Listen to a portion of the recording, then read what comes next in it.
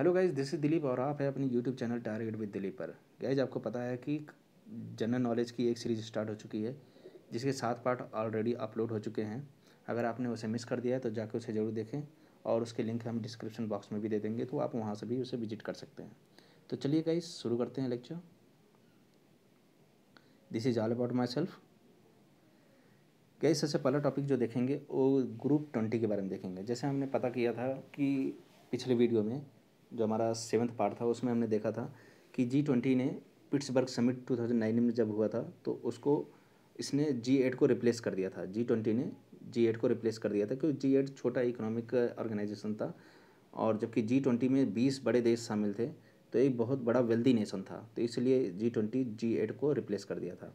लेकिन G20 ऐसा नहीं है कि 2009 में पिट्सबर्ग समिट में ही जब हुआ था तभी से ये चल रहा है ऑर्गेनाइजेशन, ऐसा नहीं है। ये 1999 से ही इसका फाउंडेशन हुआ था, ये 1999 से ही चल रहा था। लेकिन एक समय ऐसा आ गया था कि जब G8 चल रहा था और G20 भी चल रहा था तो G8 बहुत छोटा सा पार्ट हो गया था। बहुत ही छोटी कंट्री तो थी उसमें, लेकिन इन्वॉल्वमेंट पूरे कंट्री का नहीं था। तो जबकि G20 में पूरे वर्ल्ड से जो बहुत बड़े देश हैं और बहुत वेल्दी नेशन हैं वो इसमें इन्वॉल्व थे, इसलिए G20 को G8 से रिप्लेस होना पड़ा। गाइज, मैं आपको बता दूं इसका फाउंडेशन 26 सितंबर 1999 में हुआ था। G20 भी एक तरह का फोरम है। फोरम का मतलब मैंने बताया था कि एक मीटिंग होती है, एक जगह होती है जहाँ पे डिफरेंट कंट्री के लोग आपस में डिस्कस करते हैं आइडियाज़ के बारे में। तो यहाँ पे कौन कौन शामिल होते हैं डिस्कस करने के लिए? फिनेंस मिनिस्टर और सेंट्रल बैंक के जो गवर्नर होते हैं वो आपस में मिलकर आप आइडियाज़ पे डिस्कस करते हैं। G20 का फॉर्मेशन रखना है, ये किसने प्रपोज किया था? इसको प्रपोज करने वाले कनाडियन प्राइम मिनिस्टर थे, उनका नाम था पॉल मार्टिन। इन्होंने ही इसको प्रपोज किया था कि G20 का निर्माण होना चाहिए। कई G20 में 85% ऑफ GWP है और 80% ऑफ वर्ल्ड ट्रेड है और 2/3 पॉपुलेशन ये कवर करता है। क्या ये याद रखना हमें बहुत ज़रूरी है कि ये कितने पॉपुलेशन कवर करता है? 2/3 पॉपुलेशन हम देख रहे हैं, जबकि वहाँ पे कितना था? G8 में 15% वर्ल्ड पॉपुलेशन को कवर करता था। क्या G20 बना क्यों? क्या इसका मेन ऑब्जेक्टिव क्या है? इसका ऑब्जेक्टिव है कि policy coordination between the members to achieve the global economic sustainability और सस्टेनेबल ग्रोथ, यानी ग्रोथ हमेशा बना रहे और इकोनॉमिक सस्टेनेबिलिटी भी बनी रहे, उसको अचीव करना ही इसका मेन पर्पस था। और दूसरी इसकी जो मेन पर्पस ये है कि ये फाइनेंशियल रेगुलेशन को प्रमोट करता है और फ्यूचर में जो फाइनेंशियल क्राइसिस आने वाली होती है उसको प्रिवेंट करता है।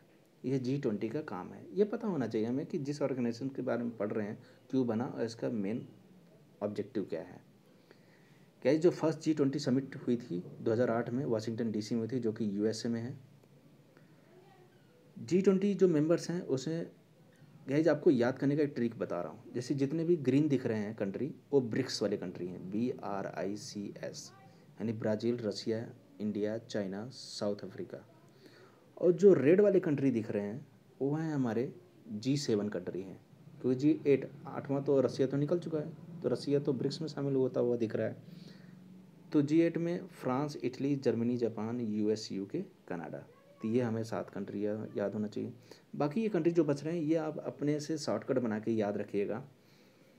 Australia, Mexico, Indonesia, Turkey, European union, Argentina, Saudi Arabia, south Korea. Guys, मैंने आपको बोला है कि आपको कैपिटल करेंसी याद होना चाहिए। मैं अर्जेंटीना का बता दूं क्योंकि बहुत सारी कंट्रीज़ के बारे में पहले डिस्कस कर चुका हूं। अर्जेंटीना के बारे में बताऊं तो ये साउथ अमेरिका की कंट्री है। ये साउथ अमेरिका जो कॉन्टिनेंट है उस पर ये पड़ता है ये। और ये इसका जो कैपिटल है ब्यूनस एरे है और इसका जो करेंसी है वो पेसो है। ठीक है गाइज, ये हमें याद होना चाहिए। बाकी गाइज आप खुद से कोशिश करिए क्योंकि सब हमें ही बताते जाएंगे तो आप मेहनत करना छोड़ देंगे।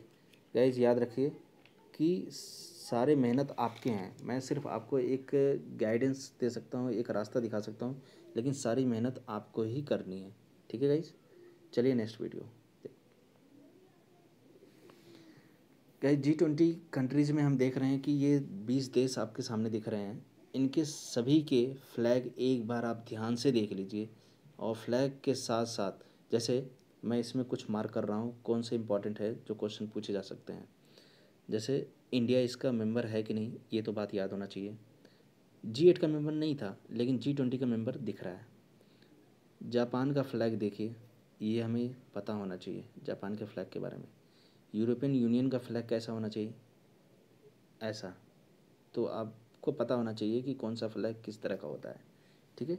और एक कनाडा का फ्लैग जो थोड़ा डिफरेंट दिखे ना, तो वो हमें पता ही होना चाहिए, ठीक है। चलिए नेक्स्ट चलते हैं गाइस, ब्रिक्स के बारे में। गाइस ये टॉपिक इसलिए ज़्यादा इम्पोर्टेंट है क्योंकि जब से मैंने इसे एक बार मैंने टीवी में देखा था कि कौन बनेगा करोड़पति में इससे क्वेश्चन आया है, तो मैंने इसके इम्पोर्टेंस को समझा कि और जितने भी इंटरनेशनल ऑर्गेनाइजेशन आप देख रहे हैं कि मैं 10 से 12 वीडियो 10 से 12 पार्ट इसके बनाऊंगा इंटरनेशनल ऑर्गेनाइजेशन के, क्योंकि ऑर्गेनाइजेशन बहुत बड़े हैं, ये पूरे वर्ल्ड लेवल पे काम करते हैं। तो ये छोटे सा पार्ट है कि नहीं कि मैं एक एक वीडियो लेक्चर में आपको सारे ऑर्गेनाइजेशन के बारे में बता दूं, तो ऐसे आप स्टडी नहीं कर पाओगे, आप सारे भूल भी जाओगे। तो सिर्फ एक रट्टा हो जाएगा कि आपने रट तो लिया, लेकिन जब आपसे बेसिक उसके बारे में पूछा जाएगा, उसका फाउंडेशन पूछा जाएगा, तो शायद आप ना बता पाएँ, ठीक है भाई। तो चलिए ब्रिक्स के बारे में देखते हैं। ब्रिक्स 2006 जून 2006 में इसका फाउंडेशन हुआ था। ब्रिक्स का नाम पहले ब्रिक्स नहीं था, पहले वो ब्रिक के नाम से जाना जाता था, BRIC के नाम से, जो कि 2001 में गोल्डमैन सैक के जो चेयरमैन थे उनका नाम था जिम ओ नील, यही KBC में पूछा गया था। गोल्डमैन सैक के जो चेयरमैन थे जिम ओ नील, इन्होंने ही 2001 में ब्रिक नाम की शुरुआत की थी। ओरिजिनल नेम इसका ब्रिक था, लेकिन जब साउथ अफ्रीका 2010 में शामिल हुआ तो इसका नाम ब्रिक्स पड़ गया। साउथ अफ्रीका कब शामिल हुआ, 2010 में। कैपिटल करेंसी पहले बता चुका हूँ, आप वीडियो नहीं देखें तो पीछे जाकर वीडियो ज़रूर चेक करें, 7th पार्ट वाली वीडियो में बता चुका हूँ। ब्रिक्स का मतलब है Brazil, Russia, India, China, south Africa, ये 5 मेंबर हैं गाइज। इसमें आप देखेंगे तो टोटल वर्ल्ड का जो पॉपुलेशन है उसमें उसका 41.53 टोटल वर्ल्ड के पॉपुलेशन का इसमें टोटल पॉपुलेशन आता है। यानी ब्रिक्स की जो जनसंख्या है पूरे वर्ल्ड का 41% से ज़्यादा है। और जबकि GWP के बारे में बात करेंगे, यानी ग्रॉस वर्ल्ड प्रोडक्ट के बारे में बात करेंगे, तो ये टोटल का 23.2% है। फर्स्ट जो ब्रिक्स समिट हुई थी 2009 में हुई थी, रसिया में हुई थी। रसिया की कैपिटल करेंसी कहाँ पे है, इस जगह के बारे इस बात के बारे में मैंने जिक्र कर चुका हूँ। अगर आप नहीं देखे हैं तो आप पीछे की वीडियो जाके ज़रूर चेक करें। गाइस मैं आपको यहाँ पे कंट्री मार्क करूँगा जो ब्रिक्स में आते हैं, जिससे आपको एक विजुलाइज हो जाए कि कहाँ पे कौन सी कंट्री, क्योंकि मैप में पिक्चराइज अगर हम पिक्चर अगर देखते हैं तो माइंड में वो चीज़ें जल्दी से छप जाती है, प्रिंट हो जाती हैं, क्योंकि हमारा जो मेमोरी है वो पिक्चर को जल्दी समझ जाता है, पिक्टोरियल रिप्रेजेंटेशन को जल्दी समझता है, थ्योरेटिकल को कम समझता है, लेकिन पिक्टोरियल उसको याद रहता है। तो चलिए गाइस देखते हैं।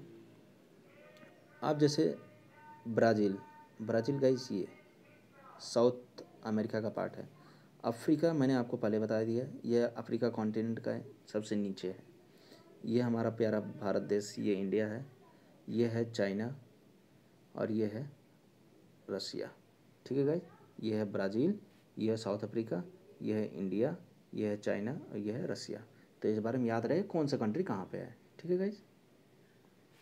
चलिए नेक्स्ट देखते हैं। OPEC country, OPEC organization. Guys इसका जो फुल फॉर्म है organization of the petroleum exporting country है। यानी ये पेट्रोल जो है दूसरे कंट्रियों को, जो दूसरे कंट्रीज़ हैं उनको क्या करता है, एक्सपोर्ट करता है। तो यानी डेफिनेटली ये one country to other country वाली बात हो रही है, यानी ये एक इंटर गवर्नमेंटल ऑर्गेनाइजेशन है। फाउंडेशन इसका सितंबर 1960 में इराक में हुआ था। इराक हमें पता होना चाहिए कि ये पेट्रोलियम कंट्रीज़ हैं। इसका जो मेन ऑब्जेक्टिव क्या है, इसका मेन ऑब्जेक्टिव ये है कि जो डिफरेंट कंट्रीज़ हैं उनके बीच एक ऐसा कोऑर्डिनेशन बनाया जाए और एक ऐसी पॉलिसीज़ बनाई जाए, किसके लिए, पेट्रोलियम के लिए। यानी इसका जो मेन ऑब्जेक्टिव है, coordinate and unify petroleum policies among the member countries. 5 founder member हैं। फाउंडर मतलब ये कि इन्होंने ही इसकी शुरुआत की थी, इन्होंने ही इसकी फाउंडेशन की थी, नींव इन्होंने ही रखी थी, जिसमें Iran, Iraq, Kuwait, Saudi Arabia और वेनेजुएला आता है। गाइस, मैंने आपको पहले भी बताया है कि आपको कंट्री कैपिटल करेंसी याद होना चाहिए, लेकिन ये मिडिल ईस्ट कंट्री हैं तो अभी मैंने इसके बारे में जिक्र नहीं किया, तो चलिए आपको बता दे रहे हैं। ईरान आपको पता होना चाहिए कि ये मिडिल ईस्ट कंट्री है, कैपिटल इसका तेहरान है और करेंसी इसका रियाल है। इराक भी एक मिडिल ईस्ट कंट्री है, जिसका कैपिटल जो है बगदाद है और करेंसी इसका दिनार है। कुवैत एक मिडिल ईस्ट कंट्री है और इसकी जो कैपिटल है कुवैत सिटी है, जैसा इसका नाम वैसा इसका कैपिटल भी है। करेंसी इसका दिनार है। सऊदी अरबिया के बारे में बात करें तो ये भी एक मिडिल ईस्ट कंट्री है, कैपिटल इसका रियाद है और करेंसी इसकी रियाल है। वेनेजुएला ये साउथ अमेरिका की कंट्री है, बाकी सारे जितने बताए वो मिडिल ईस्ट कंट्री थे, लेकिन साउथ अमेरिका वेनेजुएला जो है साउथ अमेरिकन कंट्री है, जिसकी जो कैपिटल है कराकस है और करेंसी बोलीवर है, BOLIVAR, बोलीवर। हेडक्वार्टर इसका वियना जो कि ऑस्ट्रिया में पड़ता है। टोटल 14 मेंबर ओपेक ऑर्गेनाइजेशन में आते हैं, 5 जिसमें फाउंडर हैं जिन्होंने नींव रखी थी, बाकी 9 जो है इसमें शामिल हुए थे अलग से। इंडिया ओपेक का मेंबर नहीं है, इस बारे में ध्यान रहे ज़रूर। गाइज, मैंने एक पिक्चर दिखाया है, पिक्चर में इसमें आप देख पा रहे हो कि एक लोगो दिख रहा है, ये ओपेक ऑर्गेनाइजेशन की एक लोगो है। तो इसको जब भी आपके सामने ऐसा लोगो दिखे तो आप समझ जाइए ये ओपेक का है। गाइज, आप इस मैप में देख पा रहे होंगे कंट्रीज के बारे में, मैं आपको मार्क करके दिखा रहा हूँ, वैसे मार्क पहले से ही है, लेकिन आप देख रहे होंगे कि ये है ये है नॉर्थ अमेरिकन कॉन्टिनेंट है, ये साउथ अमेरिकन कॉन्टिनेंट है और ये अफ्रीकन कॉन्टिनेंट है, ये है एशिया और ये है ऑस्ट्रेलिया। ठीक है गाइज, तो ये हमें पता होना चाहिए कि कौन से कॉन्टिनेंट हैं जिस पे ये पेट्रोलियम मिल रहा है। आप जैसा यहाँ पे देख पा रहे होंगे कि साउथ अमेरिका वाला जो कॉन्टिनेंट है, यहाँ पे ये वेनेजुएला, यहाँ पे मिलता है पेट्रोल। बाकी कंट्री मार्क है पहले से ही, तो आप इसको यहाँ से देख सकते हैं। लेकिन इंडिया वाला जो पोर्शन है, यहाँ पे इंडिया है इसके नीचे, तो यहाँ पर कोई मार्क ही नहीं दिख रही। इसका मतलब यह है कि इंडिया जो है ओपेक का मेंबर नहीं है, तो इस बात का ध्यान रहे। ठीक है गाइस, चलिए नेक्स्ट वीडियो देखते हैं। Sorry, thank you so much guys. आपको अगर वीडियो अच्छा लगा तो इसे लाइक शेयर और सब्सक्राइब करना ना भूलना। जल्द ही नेक्स्ट पार्ट अपलोड होने वाला है। थैंक यू सो मच देखने के लिए।